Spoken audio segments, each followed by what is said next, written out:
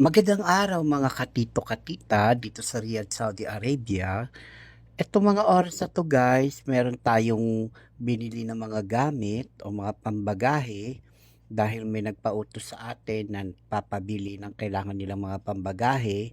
Kasi nga kung dito ka bibili sa Saudi Arabia, medyo affordable siya at medyo mura siya. Kaya itong mga gamit na to ay napakahalaga na rin kasi alam mo guys, mga katito-katita, kapag nagkakaroon kasi tayo ng mga gift tulad ng ganito, ay pinapahalagahan natin kasi napakahirap talaga bumili bilang isang OFW, nagagastos ka para lang bumili ng mga pangbigay mo sa iyong mga pamilya. Kaya ako mahalaga na sa akin kapag napapasaya ko sila at nagbibigay ako ng mga ganito. Kaya itong mga oras na to guys, ito iniipon natin lahat ng mga gagamitin natin pambagahe at ito yung mga panahon na kailangan natin siyang ipadala para kahit paano napapasaya natin yung kanilang damdamin at napapasaya natin sila. Kaya kayo sa may mga kamag-anak na nandito sa abroad, pahalagahan nyo kung ano man yung mga bagay na ibinibigay sa inyo kasi mahirap po yung bilhin. Dugot pawis din namin bago kami makabili ng ganyan. Kung buti na lang sana kung ang trabaho natin ay isang manager, okay lang. Etong cellphone na to ay meron na rin siya sa Pilipinas, kaya lang ito po ay mataas. Mataas po yung ROM niya, nasa 256 GB RAM at 24 RAM siya, kaya medyo maganda siya guys. Talagang maganda siya lalo na sa mga video, kung gagamitin mo siya sa pagbablog. Hindi naman importante kung mamahalin talaga ang cellphone. Ang importante doon yung taas ng kanyang RAM kasi yun ang kailangan natin lalo na sa mga nagko-content creator, sa mga nagbablog. Mag-umpisa lang muna tayo sa mga murang halaga ng mga cellphone na alam naman natin na video quality.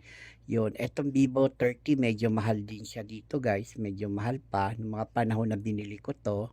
Kaya lang pinalit ko na dito ngayon is yung Honor. Pero ito ginagamit ko pa rin siya sa pagbablog at sa pag-edit. Kasi pag naging content creator ka, hindi lang pwedeng isang cellphone yung ginagamit mo eh. Kasi kung isang cellphone lang ang gagamitin mo, kapag nag-edit ka, minsan may tumatawag, nagre-ring, nagme-message, dapat hindi nakahiwalay. Kaya nga, minsan nagtataka yung iba bakit hindi sila sinasagot kapag natawag, lalo na kapag nag-aano tayo, nag-edit. Mahirap talaga kasi mahirap mag-edit dahil oras silang inaabot. Hindi yung katulad na basta ka lang nag-video, tapos kailangan mo pang i-edit, syempre kumakain ka din ng oras. Noong mga panahon na to, ito yung mga binili natin na kailangan. Ito ginagamit ko siya para sa aking pagtulog, nag-alarm at pag may tumatawag, kahit bitawan mo yung ating cellphone, okay lang. Medyo maganda siyang gamitin. Nakakatulong siya sa atin sa trabaho.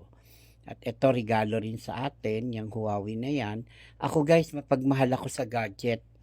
Kahit abutin ng 5 taon, maniwala kayo sa hindi, hindi nyo makikitang may gasgas ang aking cellphone.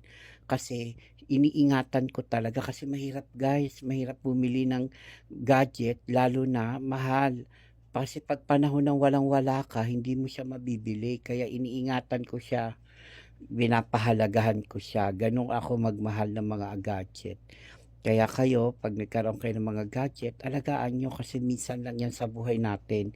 Kapag stable na tayo at maganda na yung buhay natin, pwede naman natin gawin. Ito yung mga belt bag na binili ko.